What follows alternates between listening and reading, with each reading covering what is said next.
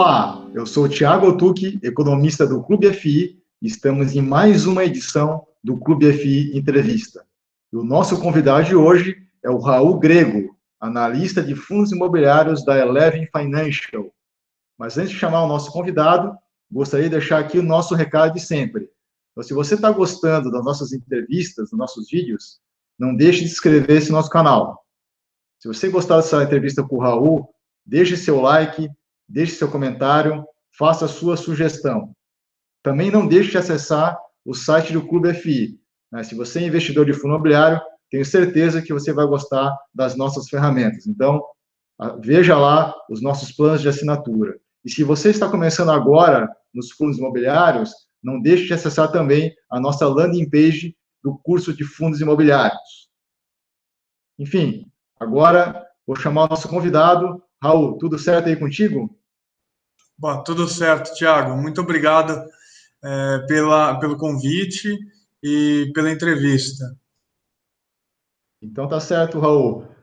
Um dos objetivos também do convite feito à Eleven, o Raul, né, que é o analista de fundos imobiliários, é também para enfatizar aqui a nossa parceria, né? Então, o Clube FI tem um projeto, né, desenvolver uma plataforma completa aí de análise, relatórios, quer dizer, um conteúdo rico, né, em recomendações de fundos imobiliários, e a gente está, então, com essa parceria também com a Eleven, né? Então, os assinantes do nosso plano principal, que é o FI Data Plus, vão ter o direito de receber gratuitamente alguns relatórios ou em condições especiais, e aqueles que não são assinantes do FI Data ou não são assinantes também vão ter a possibilidade de adquirir individualmente esses relatórios da Eleven Financial. Então, mais uma novidade aqui no Clube FI. Então, Raul, para iniciar aqui a nossa entrevista, gostaria que você falasse um pouco da tua experiência profissional, da tua formação, e como é que funciona a Eleven, a equipe de vocês aí de análise.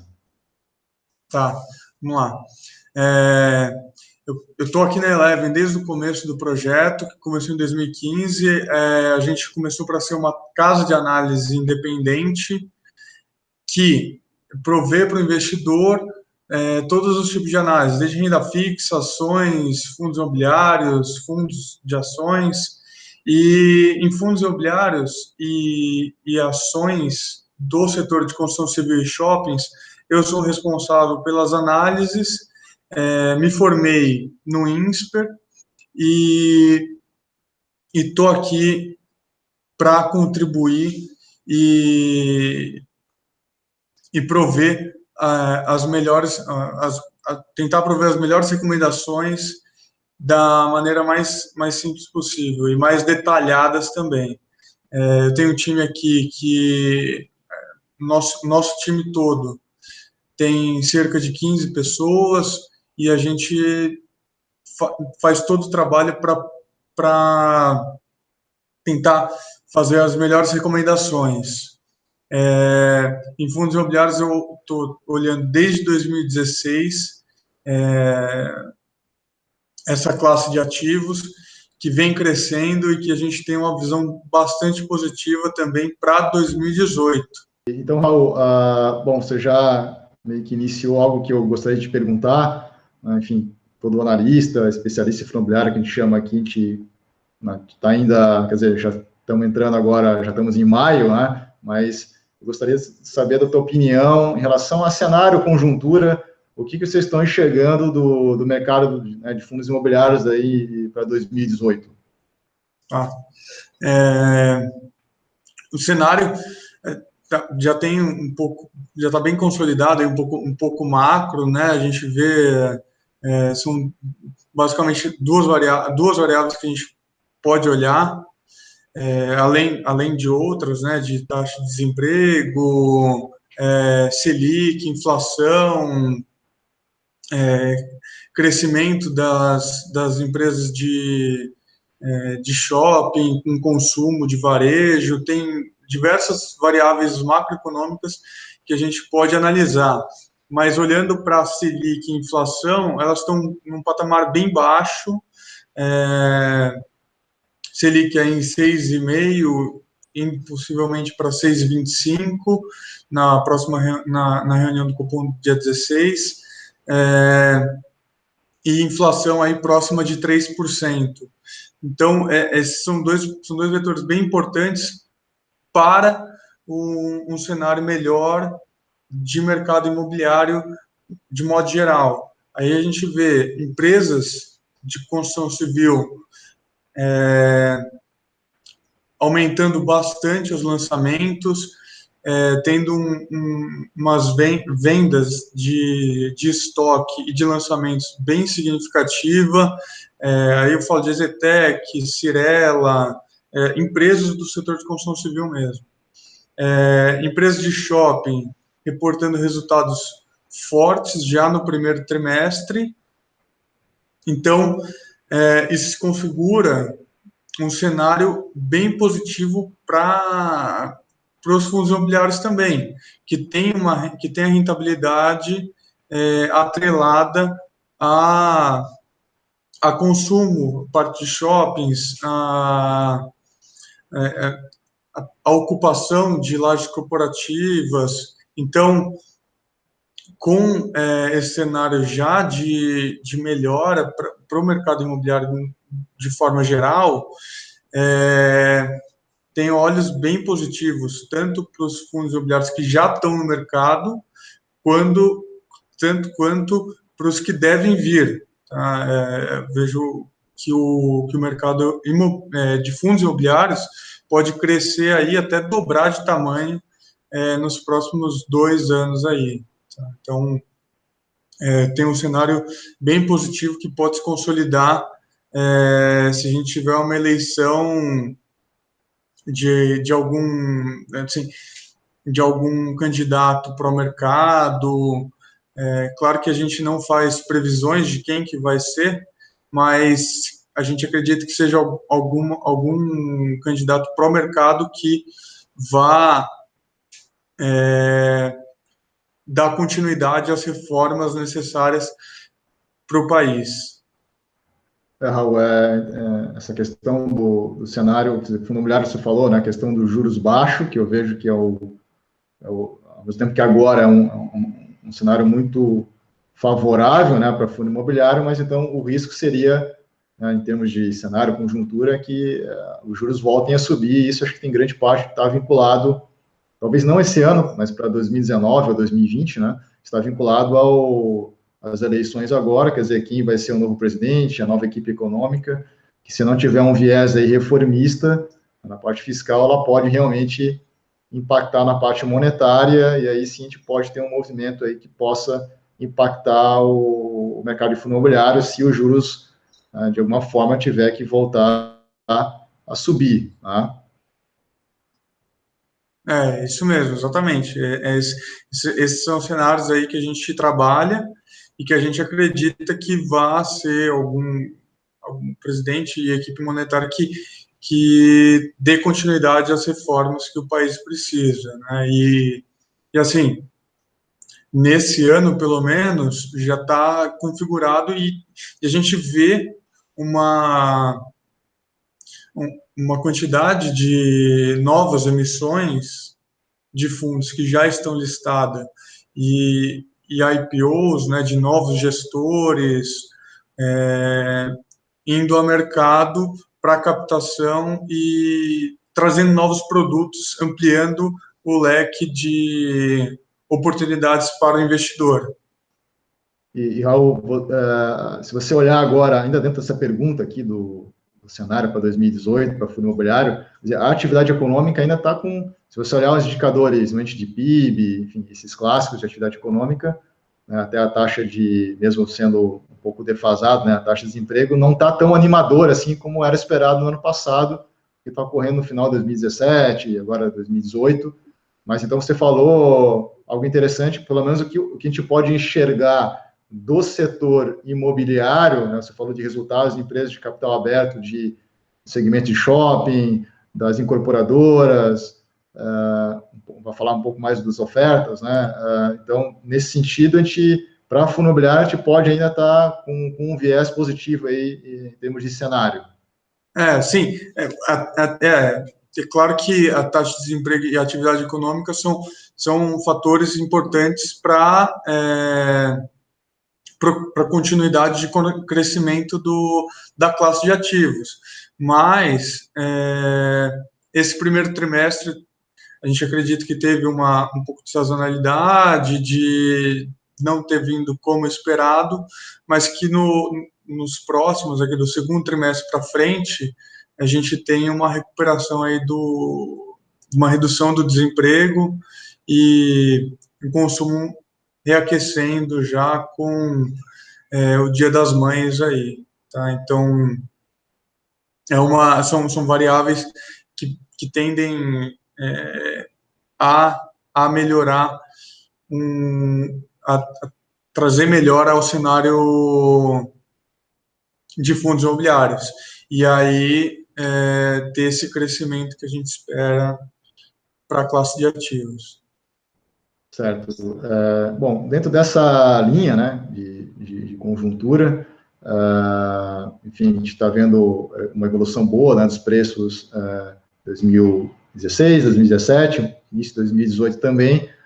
Então, o mercado começa também positivo, mas a gente, claro, tem que ser bastante seletivo agora, né, principalmente muita coisa tá cara, entre aspas, né, então os especialistas vêm comentando sobre isso. Então, eu queria te perguntar quais são os setores da tua preferência agora, se tem algum fundo que te chama a atenção? Tá. Assim, tá caro ou não os fundos imobiliários, eu acho que é muito relativo com relação ao potencial de cada classe de ativos, né? Se você olhando para o passado, né, 2015, 16 e 17, o investidor pode ficar um pouco receoso em comprar agora, porque viu que subiu muitos preços. Mas muitos dos fundos continuam com vacância ainda alta quando locar essas áreas, o potencial de aumento de receita é muito significativo. A gente vê aí dados de absorção líquida de áreas de lajes corporativas, por exemplo, tem crescido mensalmente, principalmente em São Paulo. É claro, no Rio de Janeiro ainda não, mas com o preço do barril do petróleo nesse patamar, em algum momento pode ser que a gente veja uma recuperação das lajes corporativas no Rio. Acho que ainda não é o momento para investir em fundos imobiliários lá, porque está com uma vacância muito alta e ainda tem muita incerteza envolvida, mas que fundos que a gente vê aqui, setores que a gente gosta muito, que inclusive estão nas nossas carteiras recomendadas, principalmente são as lajes corporativas, focadas em qualidade de ativo, né, e localização, junto com vencimento de contratos, que são 3 fatores que norteiam bastante esse setor. Shopping centers com uma volta do consumo aí um pouco mais forte a partir do segundo trimestre, dado que a gente mantém essa taxa de juros e tenha uma melhora na taxa de desemprego, uma redução na taxa de desemprego, fazendo com que a economia reaqueça e a gente tenha um PIB crescente aí daqui para frente. E os galpões logísticos tem que saber exatamente qual escolher, porque também, mais uma vez, depende muito de localização. O galpão logístico, por mais que tenha contrato atípico, que é mais amarrado e tenha um viés que não mais protegido do que um fundo de laje corporativa, ele também tem o seu risco de o locatário sair e, de repente, deixar aquele galpão completamente vazio, né? Então, são os 3 setores que a gente vê como potencial de expansão, de crescimento, e que tem que selecionar muito bem os ativos. Acho que agora, mais do que em 2017, 2016, o investidor tem que selecionar muito bem qual fundo que ele vai comprar, para não comprar caro, justamente, ou comprar muito barato, sem saber o que está nele, o que está causando a desvalorização do fundo. Então, são diversas variáveis que devem ser estudadas antes de você escolher o fundo que você vai ter em carteira. Tá? Além disso, tem muitas emissões por vir, então deixar um dinheiro guardado para, de repente, aquela emissão que tem um ativo muito bem localizado, pode ser também uma estratégia interessante, tá? Então, falando em setores, lajes corporativas, shoppings e galpão logístico. Certo, mas sempre, como você falou, com critério, né, até por características diferenciadas, né, de cada ativo, apesar de fazer parte do mesmo setor. E essa ideia, né, a gente vai falar um pouco mais à frente aqui na entrevista, sobre a questão, se é caro, entre aspas, né, o barato, mas isso está muito vinculado também, um pouco que você falou agora. Então, de repente, aquele fundo eu posso considerar ele barato, porque ele está me pagando um bom dividend yield projetado, né, se olhar o que foi distribuído nos últimos 12 meses, mas, de repente, está oculto ali um risco que não estou enxergando, e por isso que aquele dividend yield ele é mais elevado, né, porque o investidor que comprar a cota daquele fundo, ele está realmente correndo um risco maior do que, de repente, outro fundo que eu considero caro, né, com dividend yield menor, mas que eu tenha ali um risco menor nos próximos 12 meses, por exemplo. Né? Exatamente. É muito mais olhar para frente do que para trás. Para trás, você pode ter variações e cenários que não necessariamente faz parte do fundo daqui para frente. Pode ter tido alguma distribuição extraordinária, de alguma venda de ativo. Então, você olhar para trás, você pode ficar um pouco cego para a continuidade do fundo dali para frente.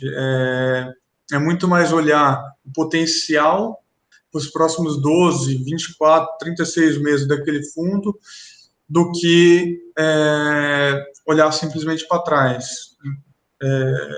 O passado não deve se materializar, não deve materializar o futuro. Então, não é uma questão de futurologia, mas é simplesmente analisar, é uma questão analítica e crítica do fundo imobiliário e do ativo em si, estressar ao máximo o potencial daquele ativo, para saber se ele está realmente caro ou barato.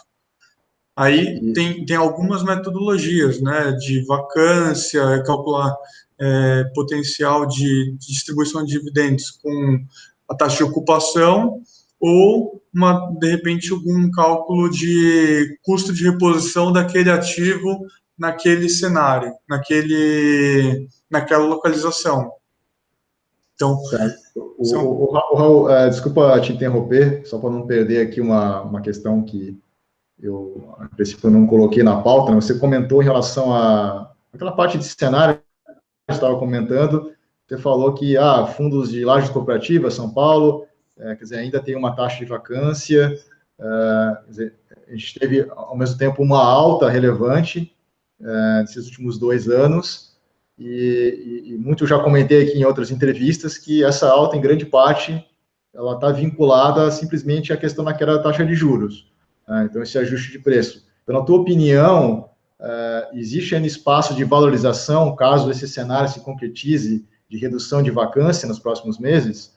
Quer dizer, isso é um vetor importante que você enxerga? Sim, é um vetor bem importante, porque uma taxa de vacância reduzindo, hoje na casa de 19% a 20%, se você for olhar o mercado de São Paulo, de acordo com os dados da CBRE, ou da Cushman, dá mais ou menos em torno de 20% a taxa de vacância em São Paulo. Com pouca oferta nova, né, com poucos lançamentos de lajes corporativas por vir nos próximos 2, 3 anos, nos próximos, pelo menos 2 anos, até 2020. Então, com um apetite maior, uma demanda maior por espaço, a gente deve ver essa taxa de vacância reduzindo, e aí um potencial poder de barganha do inquilino em reajustar os contratos, se materializando todo o cenário que a gente desenhou. O inquilino, o locador pode ter um poder de barganha da sua área e começar a reajustar o aluguel real, né? Hoje o reajuste é simplesmente IGPM ou IPCA, dependendo do contrato.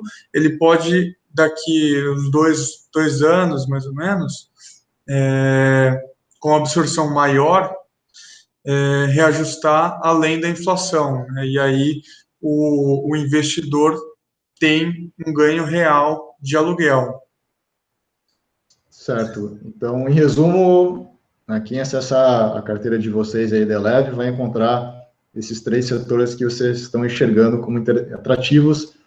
Então, lajes corporativas, já indicou aqui mais São Paulo do que Rio, né? Isso também a gente tem conversado bastante aqui nas nossas entrevistas. Galpões logísticos e shopping center, que também é sempre um setor bastante resiliente. Mudando agora o assunto, Raul, o mercado, né, ele tem vivido uma série de novas emissões, né, seja adicional, follow-on ou inicial, né, o IPO. O que você acha? Qual a tua leitura dessas novas emissões? Você está enxergando aí uma boa oportunidade para os investidores? Então, Thiago, tem os dois lados. O investidor, ele não deve se iludir tanto com IPO, é nova emissão, vai ser bom, vai continuar sendo bom. Assim como aconteceu lá para 2013, com uma enxurrada de emissões, né, e IPOs, a gente acredita que o investidor está mais maduro, o mercado está mais profissional e vai entregar produtos de alta qualidade, mas que nem todas as emissões de IPOs são efetivamente uma oportunidade. Tem algumas emissões vindo com um potencial de retorno abaixo de outras, abaixo até de outros fundos imobiliários que já estão listados. Então, por que você vai entrar no IPO se tem fundos imobiliários já listados que têm uma rentabilidade até maior? Então, tem que ficar bastante de olho aí, tem que cuidar bem para não entrar numa emissão que pode ser, como se dizer, uma armadilha quando comparado com outras emissões ou até fundos imobiliários que já estão listados. Tá? Tem muita emissão vindo de papel, né, que a gente até vai falar um pouco mais adiante sobre isso, mas fundos de papel, né, aqueles chamados que investem em CRI e LCI, em crédito, esses estão vindo com um pouco mais força agora. Atualmente tem uma emissão do XP Logística, que pode ser um fundo bom. Tem muita emissão vindo ao mercado. Então, o investidor tem que ficar de olho e não são todas que são oportunidades. Então, claro, cada oferta é uma oferta, então o investidor tem que ler lá o prospecto, o material publicitário, quer dizer, se possível, né, um relatório de recomendação, quer dizer, vocês que não têm vinculação nenhuma, né, com corretora ou outra instituição financeira, vocês podem, né, realizar uma recomendação, uma análise de uma oferta. Sim, exatamente. A gente faz análise das ofertas, a gente lê os prospectos, fala com os gestores, conversa com o mercado para entender se aquela oferta é ou não uma oportunidade de entrada para o investidor, ou se ele tem que ficar de fora. Então, a gente faz uma análise bem criteriosa com os IPOs e as novas emissões, né, que são emissões adicionais, e entrega para o investidor todas as informações e análise que a gente viu e filtrou também também depois das conversas com os gestores. Tá? Então, a gente faz sim recomendações de novas ofertas. Certo. Bom, mas de qualquer forma sempre é bom, né? É um sinal de que o mercado está crescendo, está expandindo e o investidor cada vez mais vai ter uma variedade maior, né, de possibilidades e diversificar o seu portfólio de fundos imobiliários. Raul, eu estava lendo aqui o material de vocês e a Eleve tem um radar, um ranking, vocês desenvolveram uma metodologia, né, que eu vi que vocês levam em consideração a questão da qualidade, né, o vencimento de contratos e localização. Eu queria que você explicasse como é que vocês desenvolveram essa metodologia. Tá. Essa metodologia, a gente, até por uma comparação, a gente faz também nas ações um ranking de ações, tá? Entre qualidade e risco. E foi pedido bastante para a gente criar um tipo de metodologia desse também para fundos imobiliários, para o nosso radar. E pensando muito, estudando quais são as principais variáveis que poderiam impactar nos fundos imobiliários, a gente também criou esse ranking, tá? Que são exatamente essas 3 variáveis: localização, qualidade do ativo e tempo de vencimento dos contratos.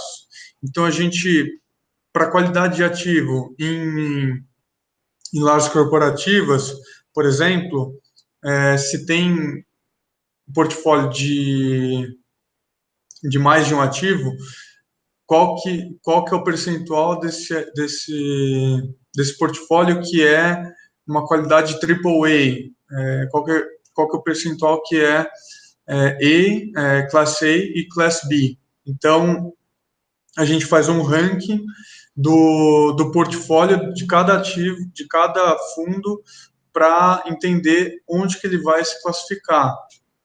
E aí dá uma nota final para o ranking Eleven, tá? Em vencimento de contrato, se tem contratos para vencer em 3 anos, em 2 anos, qual que é o tempo de vencimento dos contratos e potencial reajuste que pode ocorrer nesses contratos.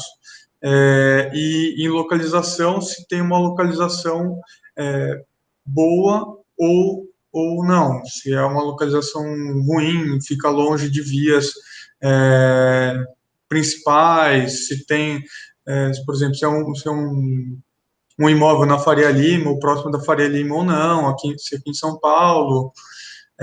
Então, tem essa série de variáveis que a gente analisa como um todo e chega numa nota final. Tá? Isso é mais para o investidor que bateu o olho nessa tabela e nesse radar nosso, conseguir entender qual que é potencial de exposição de risco que ele tem nesse ativo, né, nesse fundo imobiliário. Tá? Então, é um radar junto com as nossas recomendações, o que a gente enxerga para esse fundo. Então, eu posso concluir que as 3 principais variáveis que vocês olham, então, no fundo imobiliário, seria a qualidade, você falou do padrão construtivo, né? Enfim, a classificação, quer dizer, o prazo médio de vencimento dos contratos e a questão da localização, que também é um consenso, né? O pessoal até brinca que o que é importante no fundo imobiliário, o pessoal fala, não, é localização, localização e localização. Então, o melhor dos mundos seria, de repente, um fundo, né, está citando aqui, lajes corporativas, vários ativos AAA, com bom padrão construtivo, que tenha contratos de prazo médio longo, acima da média, e que tenha uma excelente localização. Então, seria um fundo imobiliário, um bom ranqueamento, né? Exatamente isso que a gente faz para facilitar um pouco mais a vida do investidor e do nosso assinante, para ele entender de maneira mais fácil, sem precisar ler todo o relatório, onde que a gente enxerga esse fundo. Então, é exatamente isso. Um fundo melhor ranqueado é esse, com essa característica que você acabou de mencionar.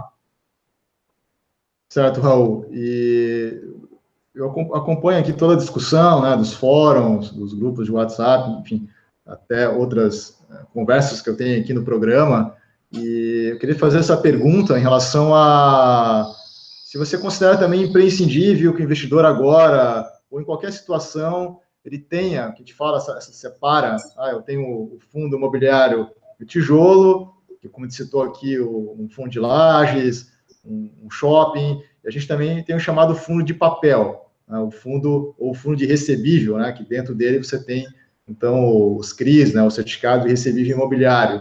Quer dizer, você considera, qual a tua opinião, na verdade, né, em relação ao fundo de papel, se você também acha interessante, e se nesse momento você também considera que é imprescindível você ter uma gestão de risco de portfólio, ter algum peso, né, dentro da sua composição de fundo de recebível. Tá. Sobre fundo de recebível, a gente enxerga como basicamente 2 classes, tá? Vamos colocar assim, um que tem um portfólio de recebíveis de maior qualidade e aqueles que buscam maior rentabilidade, tá? O de maior qualidade, ele tem uma qualidade de crédito, empresas com rating, classificação, né, de classificadoras de risco internacional, muito bom. Vamos dar um exemplo aqui, Iguatemi e MRV, por exemplo, que tem diversos CRIs no mercado. Essas são qualidades, são qualidades de risco muito alto. E, consequentemente, tem um pagamento tem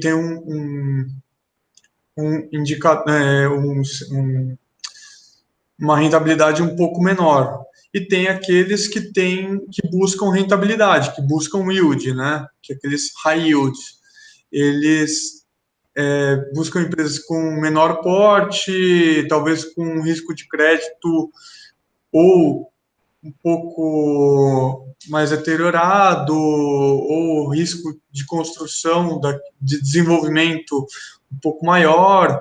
Então, são 2 classes de ativos que esses fundos de recebíveis basicamente olham. Tá? E para o investidor que busca uma alternativa à renda fixa, com maior liquidez e com um perfil de crédito, um perfil de qualidade maior, então que busque fundos de recebíveis nessa parte, né, que tenha qualidade de crédito, que as empresas que têm que emitem o CRI sejam de boa qualidade e que esses high yields, né, que são os fundos com maior risco de crédito, né, que tem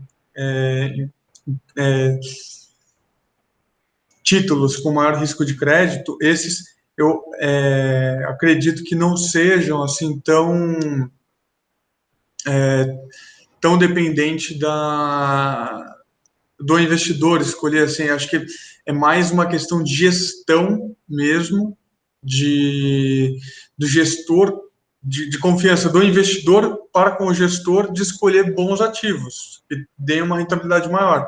Então, o investidor que busca uma alternativa à renda fixa, então que busque um ativo que realmente seja parecido com uma renda fixa com liquidez, seja um fundo imobiliário de recebíveis de alta qualidade.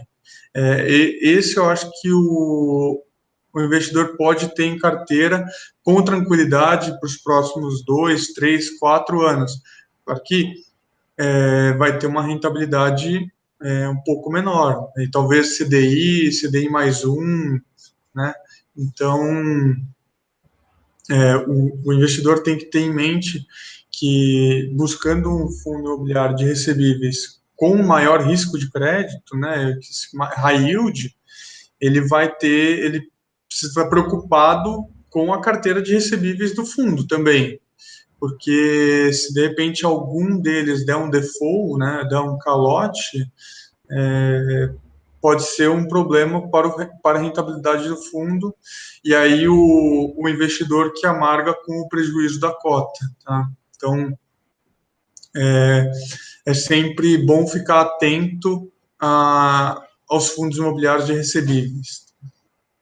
Então, você falou no início, talvez não tenha ficado tão claro, mas quando você tem a nota de crédito, né, o rating alto, quer dizer que é ao contrário, né? Na verdade, a nota de crédito alta leva a que aquele título tenha um retorno menor, né? Dentro daquela ideia de relação risco-retorno, né? Se eu tenho uma nota de crédito elevada, quer dizer que a empresa que emitiu aquele título, né, aquele lastro, aquele título, tem um risco menor de ocasionar um default, então a taxa é menor. À medida que vai elevando esse risco, que você chamou ele, né, de high yield, né, o investidor tem que buscar um retorno maior, porque o risco de ter um evento, né, um evento de crédito, um evento de default, ele é maior, então, enfim, pode ocasionar uma perda lá na frente, então você tem que buscar um retorno maior. Mas acho que o mais importante, né, Raul, seria a questão, não, de repente, se ele optar em comprar um fundo de recebível que tenha esse perfil, de repente, uma gestão mais ativa, que vai buscar CRIs com uma nota de crédito não tão elevada, mas que possa buscar um retorno maior, entender muito bem, né, o risco que você está correndo e, principalmente, entender a qualidade da gestora, qual a experiência daqueles profissionais em realizar aquela análise de crédito. Exatamente. O investidor tem que estar muito seguro com a gestora, né, e com o gestor que vai fazer a avaliação do crédito daquela empresa ou daquele projeto, para saber se ele está confortável em tomar o risco junto com o gestor. Então, o investidor também tem que ficar bem de olho nisso, tá? Tem um risco envolvido e de confiança, né, muito alto nesses fundos de recebíveis mais high yields. E, Raul, a gente tem um evento importante, com um fundo importante no mercado, que é o BRCR11, né, então foi anunciada aquela troca de ativos, né? Qual que é a tua compreensão, a tua opinião, né, a tua análise? Você vê que isso é positivo para os cotistas desse movimento, essa decisão do gestor? Tá. Eu acho que é positivo, sim. tanto para os cotistas quanto para o mercado imobiliário em si, tá? Que mostra que tá reaquecendo e vai ter movimentação em fundos imobiliários que têm essa gestão mais ativa, né? Para o cotista, eu acredito que tenha sido positivo, assim, pelo fato de que teve um ganho de capital relacionado à venda dos ativos e o cotista vai receber isso como dividendo, né? Como dividendo extraordinário ali da venda. E o fundo ganha em taxa de ocupação. Ele que trabalhava ali num patamar de mais ou menos 30% de vacância depois da saída da Petrobras, do Almirante, ele acaba adquirindo um portfólio de ativos com ocupação, né? Então, eu acredito que mais quando for efetivada, né, e ter tido feito toda a due diligence do deal,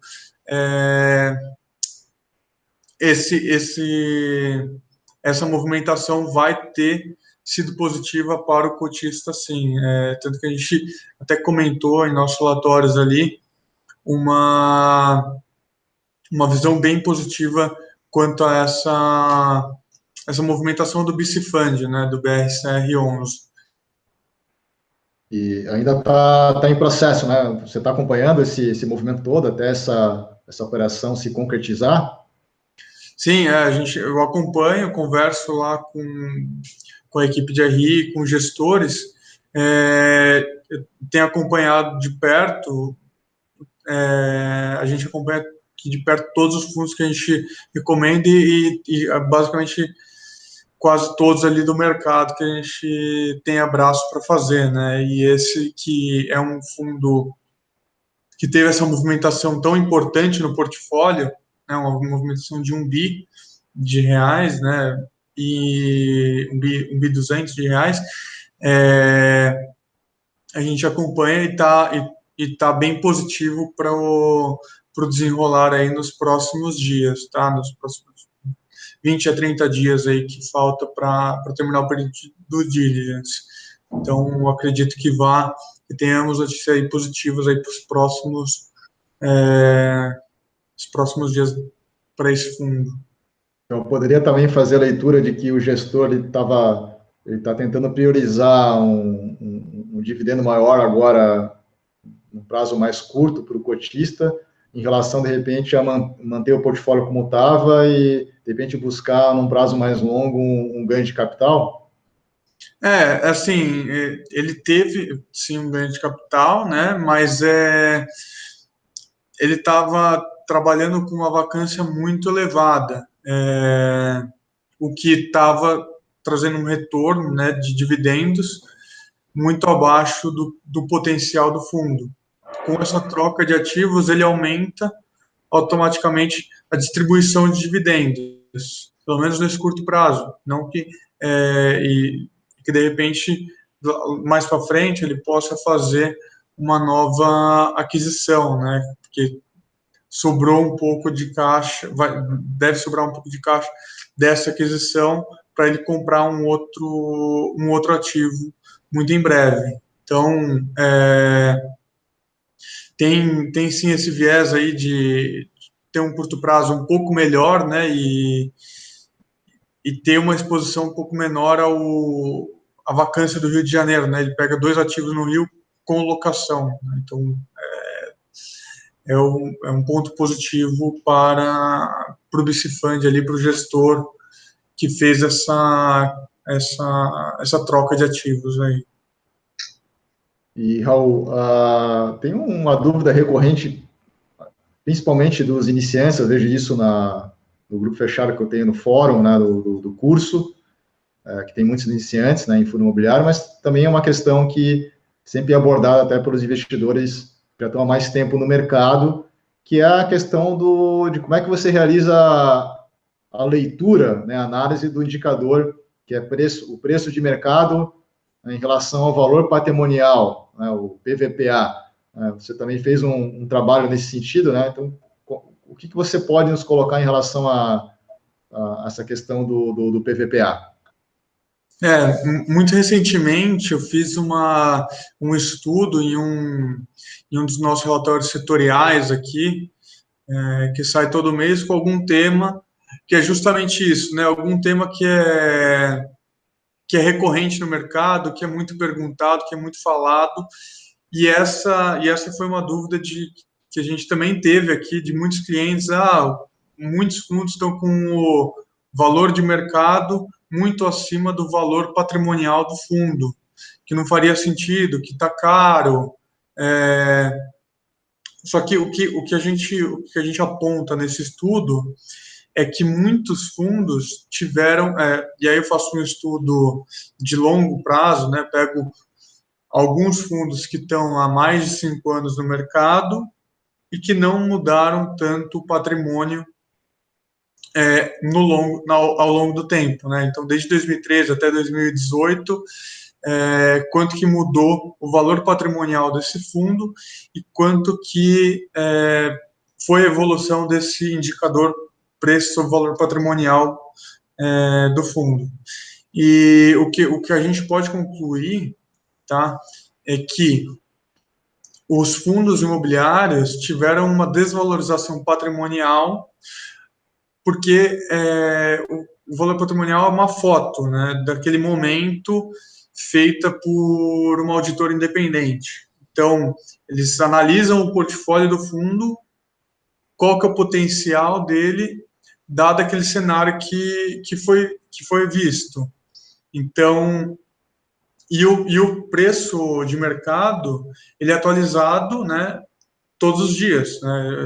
Todos os dias ele tem uma negociação e ele movimenta muito mais rápido do que um valor patrimonial que é uma foto do momento, atualizada 2 vezes por ano ou uma vez por ano. Então, o que eu acredito que vai acontecer é que nas próximas reavaliações patrimoniais, os fundos sejam reavaliados para cima, o que traz esse preço sobre valor patrimonial para baixo, né? Porque se você tem um denominador crescente e mantendo estável aí o valor de mercado do fundo, esse indicador tende a cair, tá? Se você for fazer uma conta de um sobre o outro, um denominador crescente, ele faz com que o preço do valor patrimonial caia.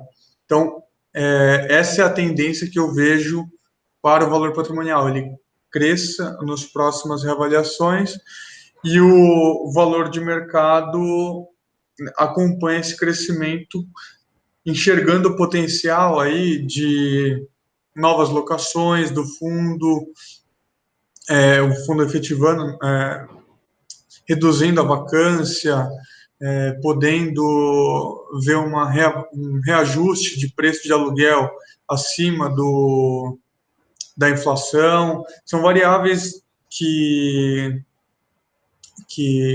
as auditoras utilizam naquele momento, né? E o preço de mercado ele é atualizado diariamente. Então, essa é uma distorção que tem aí no preço do valor patrimonial e que eu acredito que o cotista não tenha que, hoje, ficar tão preocupado nesse indicador, tá? O cotista tem que conseguir, assim, óbvio, com a nossa ajuda, né, com a ajuda do Clube FI, com a nossa ajuda da Eleven aqui, conseguir enxergar qual que é o potencial do fundo no longo prazo. O investimento em fundo imobiliário, ele tem que ser de longo prazo, né, porque é um investimento em imóvel, você está comprando parte do imóvel, então você tem que ter uma cabeça mais de longo prazo mesmo, e enxergar o potencial daquele imóvel, daquele portfólio. Então, eu acredito que não tem que ficar tão preocupado assim nesse indicador, tá? Então, é Não como sei se ficou se... claro aí.